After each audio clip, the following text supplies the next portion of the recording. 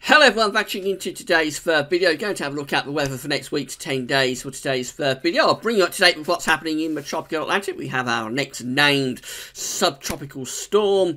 And at the end of the video, we'll have a look at CFS V2 for the next few months. That's because we did the seasonal model roundup, the second season model roundup for winter of 2018-19. Today it's the first video up at 10 AM this morning. And we're getting together with that 11 long-range models, see what we're all showing for the winter for only the second time this season. As part of that, the CFS, of course, forms part of that. And it was quite interesting what was happening there, because overall, for the 700 millibar height anomaly from the CFS V2, it is going for an Atlantic-driven westerly winter. However, there was a change that was apparent for the sort of later winter period. So instead of December, January, February, tri-monthly period, sort of January, February, March. I didn't have time to show you the month-by-month breakdowns with that, with the CFS V2, but I thought I'd include it at the end of this video. So stick around and you'll see how the CFS is changing the pattern through the winter. It is quite interesting. But just say that earlier on today, we released a weekend forecast, as always on a Saturday, having a detailed look at the weather for the weekend. So there's both the video and the written version of that to have a look at if you would like to do that. The second season model roundup for winter 2018-19 will be placed on the winter updates page with a written summary around sort of 6 o'clock this evening, something like that. So we'll start off this video by having a look at what's going on in the Atlantic Ocean. I've been saying for a couple of days we're going to get our next named storm very soon. It will be Oscar, and there we go. We have now got subtropical storm Oscar in the central part of the Atlantic Ocean. So this is at the moment is giving sustained winds of 50 miles an hour. The National Hurricane Centre is forecasting Oscar to do this. So the current position of subtropical storm Oscar is just there. By Tuesday, they're expecting this to become a Category 1 hurricane. So going up to hurricane status, it'll be Hurricane Oscar by then, of course. And then it kind of curves sort of north-northeastwards, still as a hurricane there, but as it moves into the colder waters of the North Atlantic, it goes down to become a subtropical storm. Now, it doesn't look like Oscar is going to impact any sort of land areas. It does get, I suppose, quite close to Bermuda. That's Bermuda just there when it's as a hurricane.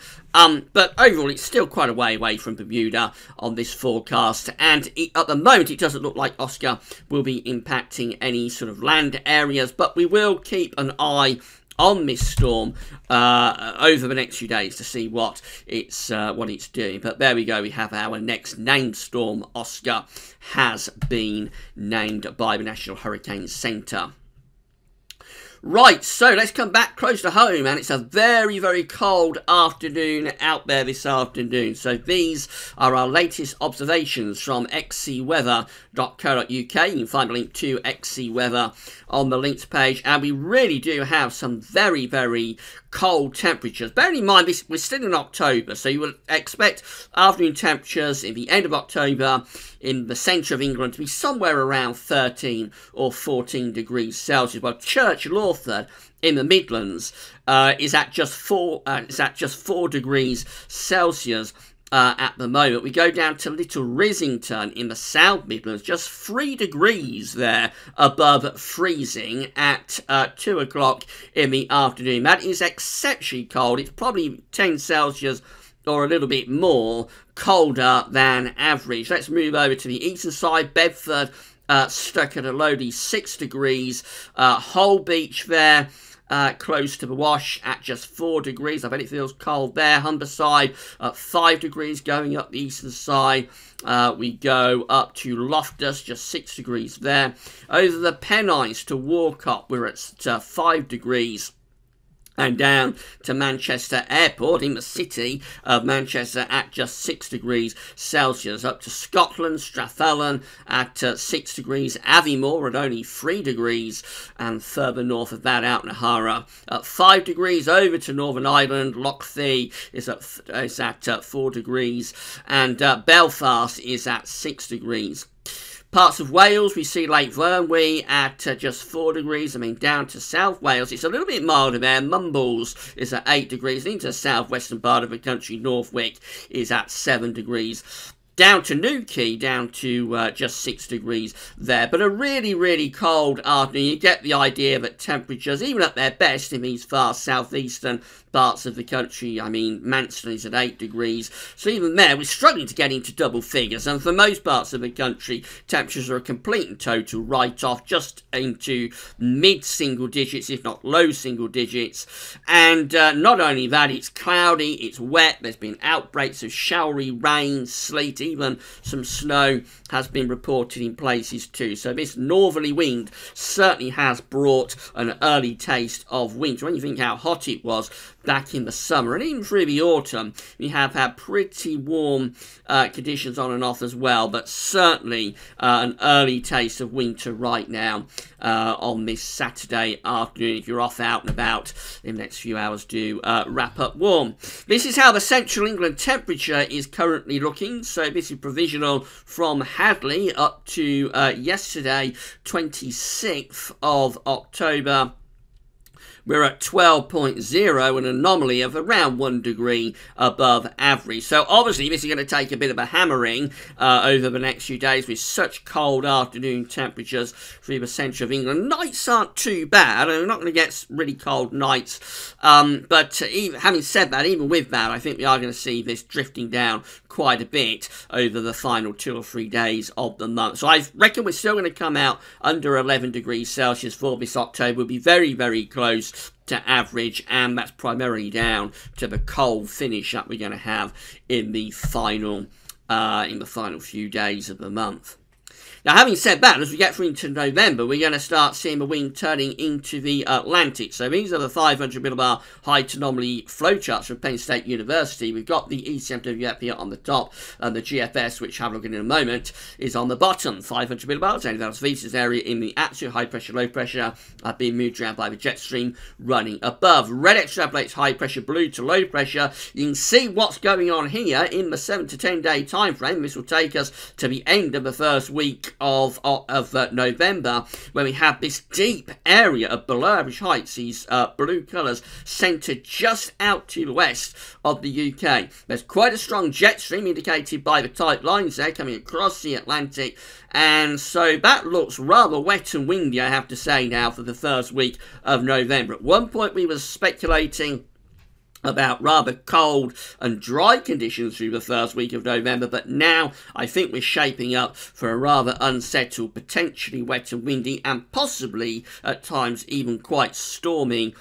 spell of weather through the first week of November. Obviously, rainfall will be moving up quite dramatically. The GFS is very similar as well, so both models are in agreement for this first week of November, with again deep area below average heights just west of the UK, and this strong westerly jet stream coming across the Atlantic rather like that. Much of northern and eastern Europe being covered by this ridge of above average heights, so that's going to bring mainly dry and quite mild weather up to eastern parts of Europe with those southerly winds, but out in the northwest it does look a good deal more unsettled.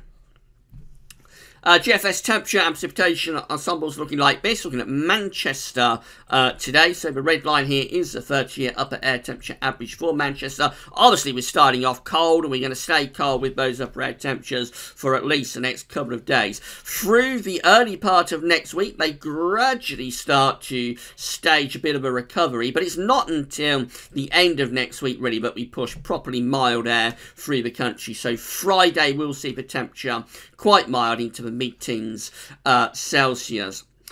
And then after that, we go through the rest of the first week of November and into the second week of November, and overall probably staying just about on the milder side of average, although there is a lot of scatter in there. So we do have a couple of ensemble members that are actually real warm outliers, but we have several that are quite cold outlier members as well. So there is a lot of scatter for the end of the first week of November and into the second week of November. Overall, though, it doesn't look as though we're going to have any more cold weather once we get this particular cold snap out of the way around sort of Wednesday, Thursday next week. As far as precipitation is concerned, you'll see there are a lot of rainfall spikes showing up now. So this rainfall spike just here is today's precipitation. Then we have 2 or 3 drier days, sort of Sunday, Monday. And for the northwest of the country, probably Tuesday as well, although in the east it will be very wet on Tuesday. That's all covered by the weekend forecast, of course. But after that, from around the middle of the week onwards, through to the end of the week, through to next weekend, and then on into the following week, it does look very unsettled. This is one of the wettest places in the country, of course, in Manchester, but it's an indication that the weather is turning much, much more unsettled through the early part of November, which you would expect given the 500 millibar height anomaly flowchart that we was just looking at. Temperature anomalies are coming out a bit colder than average on the 27th of October to the 4th of November. So, pretty cool week coming up. Notice how warm it is, though, down in the southeast of Europe. Real warmer than average anomaly there through the Balkans and down to the southeastern part of Europe. But in the north and the northwest, or the west and the northwest, it remains generally on the cooler than average side in the week ahead. Precipitation anomalies are looking like that. Rather surprising given the ensemble we're just looking at for Manchester, because it does show that western and northern parts of the country are actually coming out a little bit drier than average on the 27th of October to the 4th of November. Wetter than average in the southeast and the east. I would expect those charts to trend much wetter over the next few days. But of course, we've been saying that for a little while, and there's still not much sign of the precipitation anomaly going above average. But, I mean, if that ensemble that we see there is right, we can probably expect this anomaly to go wetter than average by the time we look at it on Monday. It will be interesting to see. Right, so this is how the GFS is looking for Tuesday. This is all covered by weekend forecast, of course, but quite an interesting day on Tuesday, because we've got this deep area of low pressure across Germany and the Low Countries with high pressure up over Scandinavia. So we've got this real east to northeasterly wind, and this low pressure over the Low Countries is developing into quite a major feature. If this was winter, if this was kind of like December or January, we would be seeing bags of snow moving in, outbreaks of snow, and a lot of it moving in from the east. It's only the end of October, so this is going to be lots of heavy, cold rain. In fact, the rain could be torrential on the east coast, and with a almost gale force northeasterly wind, very, very unpleasant conditions for anybody on the east coast on Tuesday.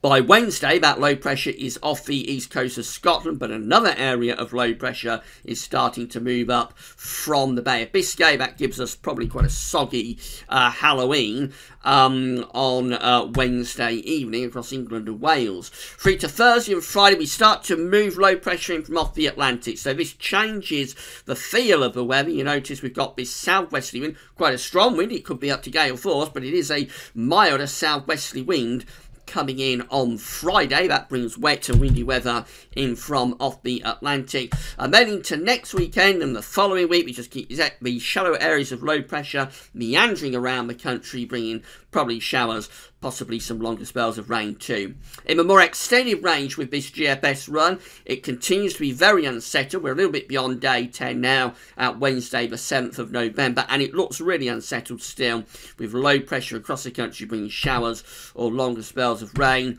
And into the extended range, it stays unsettled, to be honest. Low pressure never too far away. So as we unleash the Atlantic at the beginning of November, it looks like this could go on through the first half of the month. That's the operational GFS run. This is the parallel 6 o'clock run of the GFS. So this will become the operational GFS in a few months' time. They run it in parallel at this time of the year, and basically this is an upgraded version of the operational GFS run, and will become the operational GFS run sometime early next year. So the parallel GFS shows this again, this cold, wet, windy day for the east on Tuesday, and then very unsettled conditions continuing to the end of the week. Not quite as mild, actually, with the parallel run of the GFS compared to the operational. You'll notice these southwesterly winds at the end of the week next weekend are being pushed down into France, actually, as we remain under the centre of this low pressure. So, still unsettled settled. Yes, it just means that instead of mild rain, we've got quite cold rain going on then at the end of the coming week and into next weekend. Very unsettled conditions continue up to day 10. That is day 10, which is Tuesday, 6th of November, with low pressure to the south of the country, bringing a lot of wet weather for England and Wales. Anyway, quite a cold easterly wind as well there. And then in the more extended range with the parallel run of the GFS, we start to build up a bit of high pressure actually by the time we get through to the end of the run, which is Monday the 12th of November. High pressure beginning to take over across the country, probably bringing a risk of frost and maybe some dense fog too. ECM looks like this. So again, there's that area of low pressure across central parts of Europe as we go through into Tuesday. By the time we get through to midnight on Wednesday, that low pressure is off the east coast of England. So it could be some very wet conditions up the eastern side of the country Tuesday through to Wednesday. The second half of next week, we bring in these milder southwesterly winds, not quite as stormy, not quite as wet and windy as what the GFS is showing. But it is going all rather Atlantic driven there as we go through to the end of next week. And certainly a lot milder as well as we drag up those southwesterly winds. In the extended range and going up to day 10, very unsettled conditions once again. That is a chart for day 10, which is Tuesday, 6th of November. Low pressure is centred across Republic of Ireland, so the UK and Ireland looking wet and windy then. Rather cool as well. You'll notice the black line here, which is the jet stream. That's on a northwest-southeast trajectory. So rather cool as we get to day 10 with the ECMWF. It does look as though the Atlantic is coming back through the first week, 10 days of November. As I say, how long this goes on for, it remains to be seen. But I think we are in for some bouts of wet weather and potentially at times could be quite windy, maybe a little bit stormy through this first week to 10 days of November. Right, before I go, I'll just show you the CFS V2 700 millibar height anomalies broken down to monthly periods for the winch. I said I'd show you this. So here we go. And this is what the CFS is predicting for December in terms of December's 700 millibar height anomaly. Below average heights with those blue colours around Greenland and Iceland. Above average heights in the middle of the Atlantic. And going into central southern parts of Europe. The jet stream is coming across the Atlantic like that. So a mild December being forecast by CFS V2. Potentially wet and windy in the north and west. Driest conditions would be in the south and southeast. But a dry, but a mild December being forecast. That's January. And January 2019 has this area of above average heights through the central Atlantic, below average heights to the north, but becoming more centred towards the northeast. The jet stream will be doing something a little bit like that. So January turning cooler, not a particularly cold month, but turning cooler, some wintry potential probably, particularly for northern parts of the country as the wind goes from a southwesterly in December to a northwesterly in January. And then we get to February, and February shows a very strong blocking signal now with CFS V2 around Greenland. So a large area of above average heights centering over Greenland. That's a blocking area of high pressure. Below average heights underneath it through the centre of the Atlantic and into sort of western and central parts of Europe. We'd be pulling in cold, or potentially pulling in cold, northeasterly winds there in February and sending the jet stream down to the south of the UK. February could be a cold month, and there is the potential there for snow as well in February. And then March keeps this very block signal going around Greenland. Notice all these orange colours up there across Greenland, the northern latitudes. We've got a trough of below average heights centred over top of the UK. So again, you could well be entrenching cold air into that trough via the blocking. So if we was to look at the temperature anomaly there, I'm sure the CFS would still be managing to come out with milder than average temperature anomalies. But the 700 millibar heights are indicating that after a mild start to the winter in December, things get very, very, very interesting from January onwards. January looks like it's the transition from that mild start, and certainly by the time we get through to February, we are seemingly into what could be a much, much colder pattern with very extensive northern blocking over Greenland. So that's how the CFS is looking. I only showed you 3 monthly anomalies for that second winter 2018-19 update this morning, but that's how it looks on a month-by-month breakdown. All highly experimental stuff, of course, but I thought I'd just throw it in at the end of today's video. Right, so that's it for today's videos. Later on today, that second winter 2018-19 season model roundup will be placed on the winter updates page. There'll be a written report for anybody that can't watch the video to go about as well. Tomorrow we have got the 9th winter update, so that's going to be quite interesting. When you thought we'd said everything we had to say about El Nino last week, we'll have a lot more on that this week, and we'll also have the 4th and final written update for Christmas. That, of course, because from the 1st of November, Christmas updates will begin once again at Gazovis in terms of the video updates. I know a lot of you are waiting for those. The Christmas countdown gets underway on Thursday, the 1st of November. So come back tomorrow for tomorrow's videos, but that's all for now, and thanks for watching.